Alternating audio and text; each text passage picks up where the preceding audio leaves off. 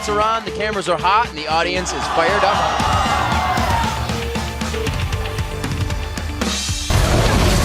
They're looking for sneaking on the Seamless Blade. Long range from Bunny Foo-Foo. He comes hopping through the forest. Bunny Foo-Foo goes all in on me, and I'm like, oh my god, I hate this.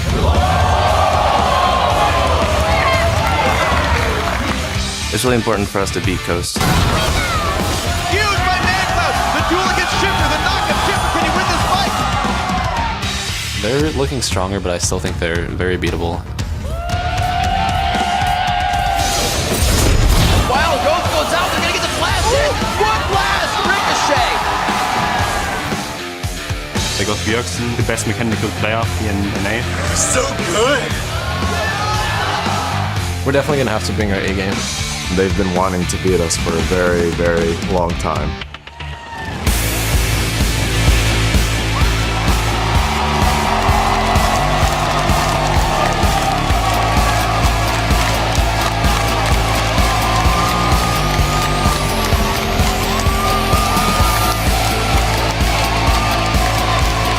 Welcome everyone to Week 10 of the North American League Championship Series Spring Split. We're coming to you live and in color from our studios here in Los Angeles.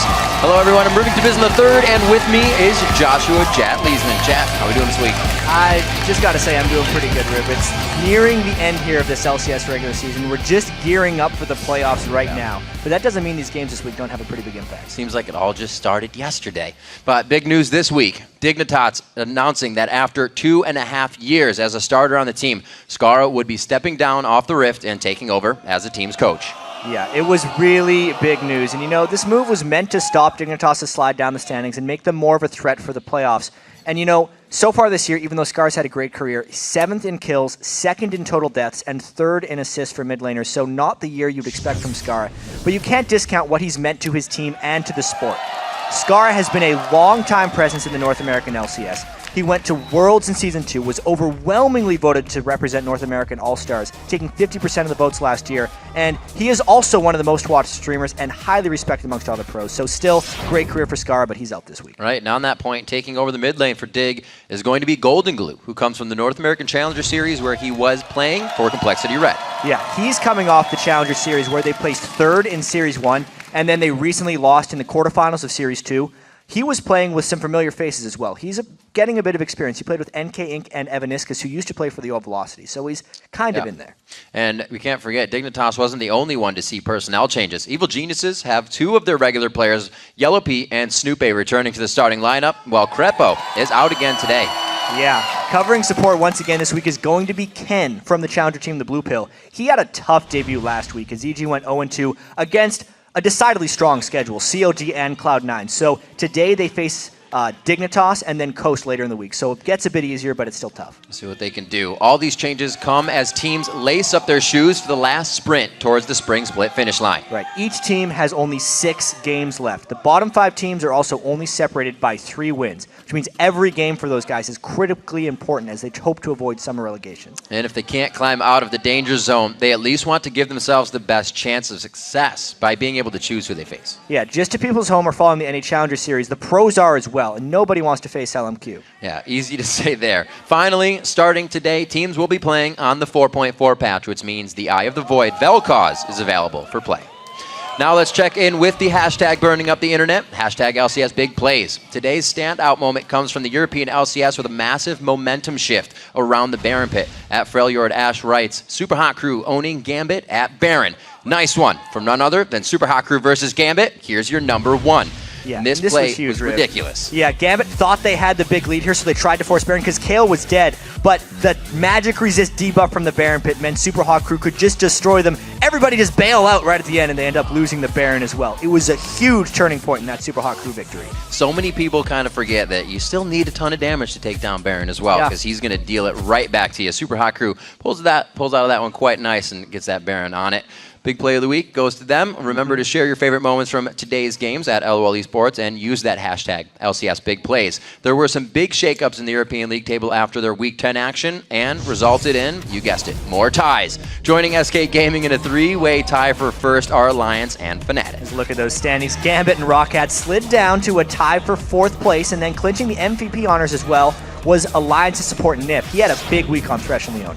And now let's take a look at the North American standings, brought to you by the new season of Game of Thrones. In first place, Team Solo Mid with only 3 losses on the year. Big cheer for them, but Cloud9 just 1 game back in second. Third place is Logic Gaming at 14-8, and then the tie for fourth. Pretty far back though, Curse and Dignitas. And 2 games back, it's Coast in 6th place. Then tied for 7th is Evil Geniuses and XDG Gaming. We'll check out how all that changes after our 4 games today with Dignitas versus Evil Geniuses up first. After that, it's a big match between Logic Gaming and Team Solo Mid. Then Coast look to hold on to 6th place when they face off against XDG. We'll conclude our LCS day with Curse versus Cloud9, but be sure to stay tuned immediately following our LCS action for the North American Challenger Series 2 semifinals. That's what's coming down the pike today, but let's take a closer look at the players we'll be watching. Yeah, up first, the guy we have to watch is the new man for Dignitas, Golden Glue. After climbing to 3rd place, Dignitas has been sliding back down the standings, and this move has to give Dignitas some type of boost. If it doesn't, then what have they really done with themselves? Because this was a huge decision by Dignitas. See what happens. We'll also keep an eye on Nien from Logic Gaming. He has a big challenge ahead of him when he squares off against Dyrus. If CLG wants to overtake Cloud9 or TSM, they will need to win today, and Nien will have to step it up and make some big plays for the team. Yeah, and of course we have to look at Zion Spartan. He was so good in Coast victories, but he has been bad during their 6-game losing streak. They need to be a solo lane focused team. That means both solo laners need to do well, and that means Zion Spartan has to step it up. Next up is Bunny Fufu. So far this year, Curse has had 3 different supports: Zken, St. Vicious, and now Fufu himself. In his 6 games, Bunny Fufu has had a better start, helping his team go 4-2, and now they've climbed into 4th. Yeah, speaking of bottom lanes as well, Yellow Pete is back this week, and we're going to have to be watching him. He does not have Crepo with him for game 1. He will be playing with Ken, and in order for EG to succeed, they've relied a bit on their solos, but if they really want to stay in the LCS, Pete's got to step up in his return. We will see what they can do. If you think these players will give their team the win, then head over to lolesports.com and share your predictions. Be sure to click on schedules, week 10, and lock in your vote. Also there you can find interviews with the pros, statistics, and box scores. Or if you're feeling nostalgic, take a stroll down memory lane and rewatch all the games from this year. You can also plan your trip to the NA LCS today. Click on tickets for all the details and how you can join our audience. Yeah, and also, Riv, you can get international coverage at lolesports.com. Yeah. Big news out of the OGN, by the way. SKT, T1K, the world champions, and also the winners of last season of Champions, got 2-0'd by KT Roaster Arrows last night in the group stage. Spoilers, sorry, but it did happen. They're pretty much kicked out of the group stage as long as their sister team wins 1 more game in their 2 matchups. So that's just huge news there. It's pretty crazy to think about. We got a lot of matches to go over for us today, but for now, we're going to send it across the studio to Kobe and Freak, who are joined by a very special guest. Hey guys, thank you very much, Riv. And you can hear the crowd. Skara, you popular guy. I'm David Freak Turley. With me is Sam Kobe Hartman Kensler. So Skara, how's it going, man? It's going pretty well. Yeah, I mean, we could hear from the crowd. There was some really big news this weekend. We brought you in. It's going to affect pretty much all the mid laners in the LCS. Bjergsen got a haircut. What's your take on this? I think him and Reckless have a lot of synergy now. Maybe looking to bring over a new AD carry from Europe.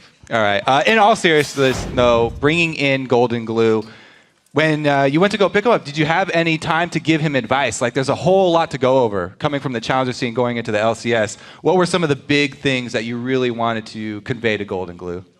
Just like the mindset when you play mid. Like, it just seems like he needed someone to help him realize like what to do in certain points. Like, he may question himself in certain areas, and a lot of that just comes through like matchup knowledge. And that's something that I know very well. And so he finally has someone else to talk to about any questions that he has, and I'm just there to guide him to become a better player. So what is it about Golden Glue that made your team seek him out to put him in the mid lane? It was like a month ago where I was like, oh, I think Golden Glue could be actually pretty good.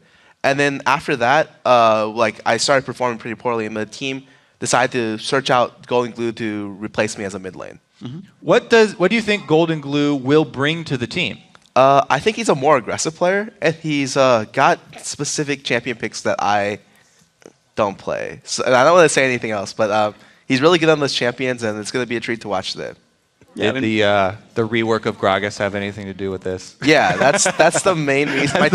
My team was like, you're done. 4.5 Gragas, Nevermore for Skara. So, yeah, we have seen Golden Glue play a lot of assassins, Akali, Yasuo being really big ones in the Challenger scene. So, you said you talked to him about mindset and stuff. Have you already seen him grow in the short time you've been kind of coaching him, or not yet? Yeah, definitely. I've seen him become a better player in front of my eyes, so to speak. It's just like I feel like the questions that he has are like very simple. It's like he only needs a wall to bounce back what he already knows, and for like the most of his questions, and I could just be there and be like, "You're right." So he just needs someone to literally be there and be like, "You're right," and I feel like that will help him a lot in terms of confidence and just playing the game better.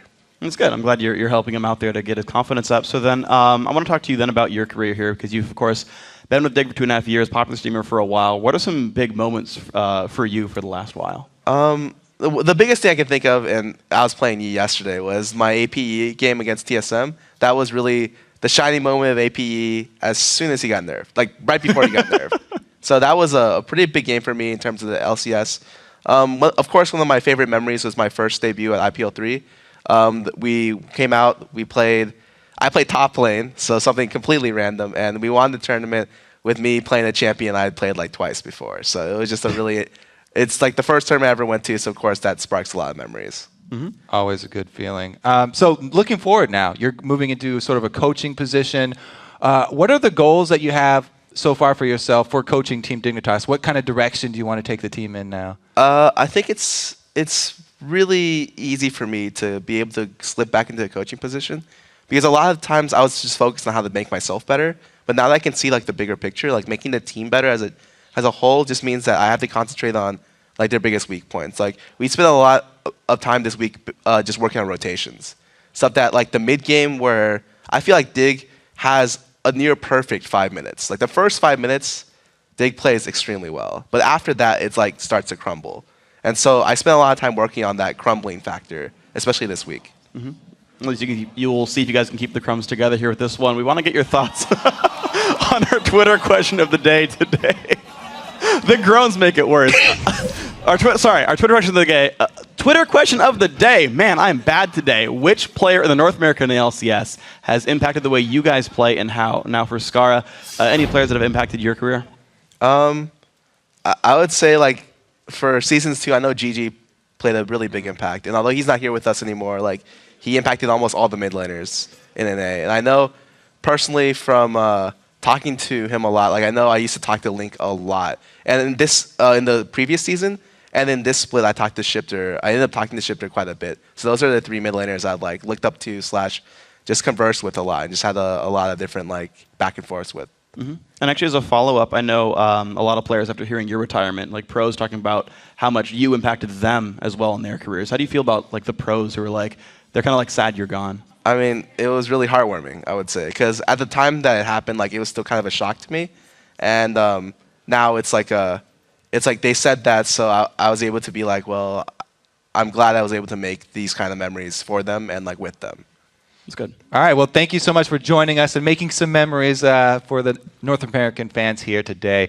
And for you guys at home, actually, if you want to send your answers to @lolesports.com and use that hashtag LCS, then you might hear your 140-character response later in our show. So, guys, while you draft your tweets, we're going to take a quick break. And when we come back, we'll jump right into our first game of the day, Dignitas versus Evil Geniuses. Stay golden glued to your seats.